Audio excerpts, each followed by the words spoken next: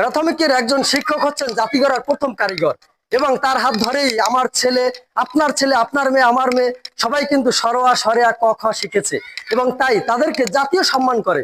এবং জাতি তাদেরকে সুবিধা বঞ্চিত করতে চায় না, বরঞ্চ জাতি তাদেরকে সম্মানিত এবং সর্বোচ্চ জায়গায় দেখতে চায়। শিক্ষকদের, যারা আমাদের আদর্শ শিখাচ্ছেন, তারা শুধু বইয়ের পাঠদান করছেন না, তারা কিন্তু আমাদেরকে আদর্শ শিখাচ্ছেন, তারা আমাদের ভালোবাসছেন, আমাদের অনুপ্রেরণা দিচ্ছেন। তাই আমার দাবি যে শিক্ষকদের অবশ্যই সুযোগ সুবিধা দেওয়া হবে। আমার অনুরোধ যে শিক্ষকরা যাতে তাদের সুবিধা আদায়ে এরকম অনুপ্রাণিত না হয় এবং অন্যকে অনুপ্রাণিত না করে। আজকের ছোট শিশুরাই যেহেতু আগামী দিনের ভবিষ্যৎ, তাই এই শিশুদেরকে এইরকম শিক্ষা না দিয়ে আপনারা অন্যভাবে হয়তো দিতে পারতেন। এটা হচ্ছে আপনাদের প্রতি আমার অনুরোধ, যে আপনারা এর পরবর্তী আন্দোলনগুলো জনগণকে সাথে নিয়ে করতে পারবেন। গোটা জাতি আপনাদের সাথে আছে, আপনাদের পক্ষে আছে। আমরা সবসময় আপনাদের সম্মানিত করতে চাই।